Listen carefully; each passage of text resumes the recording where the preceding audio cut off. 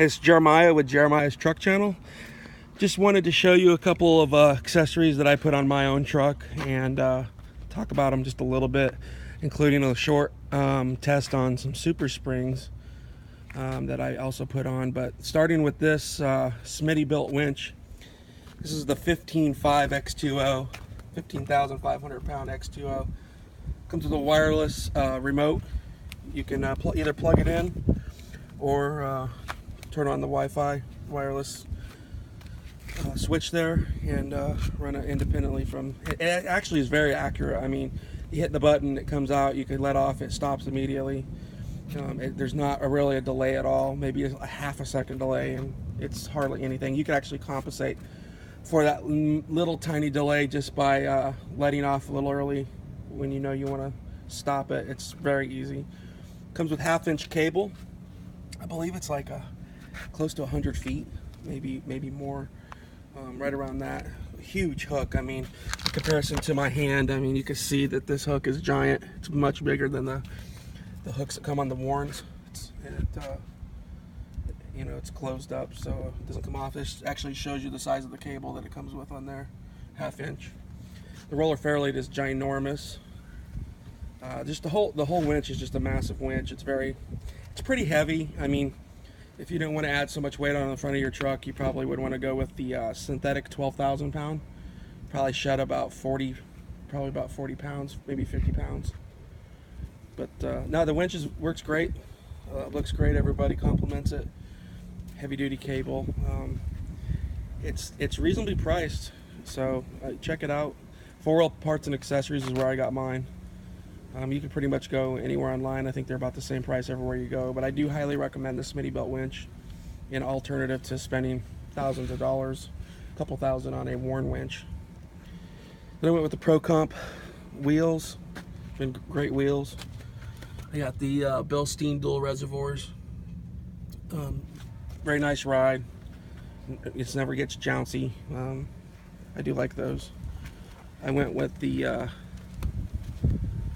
backflip G2, and it has the back box built in inside, so it's like having a little toolbox inside your cover.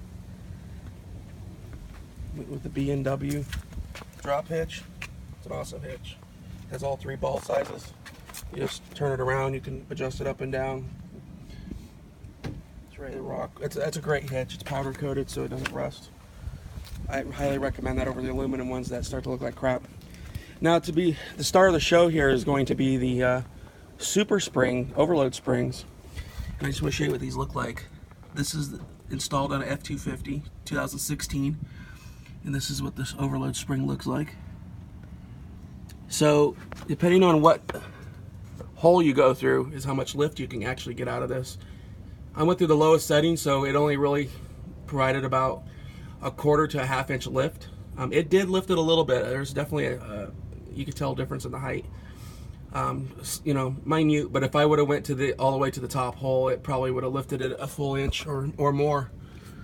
And you can actually go maybe 1 notch up on one end and a couple notches on the other end just to dial it in just right. But if you have it on the lowest setting like I do, it doesn't really affect the ride. I mean, my ride quality is almost identical to what it was before.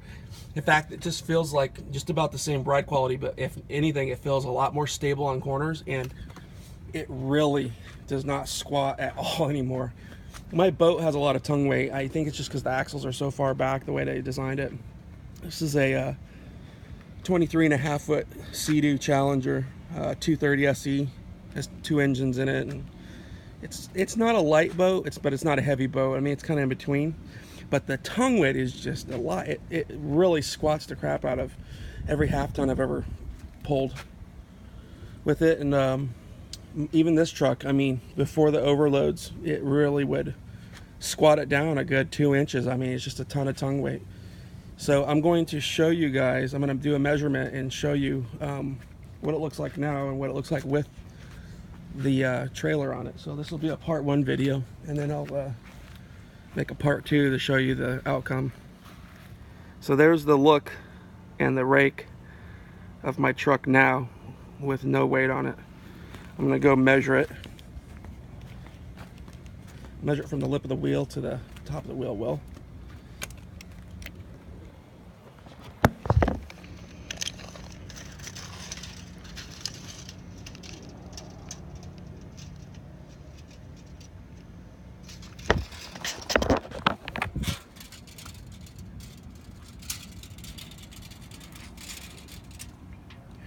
All right.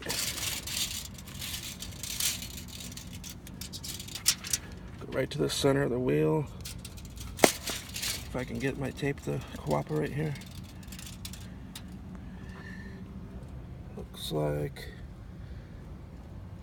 about 30, 38 and a quarter. 38 and a quarter, yep. So let's start with that, 38 and a quarter inches. And then I'll put the weight down and show you the difference. And this is part 1. Look for part 2 in my video section.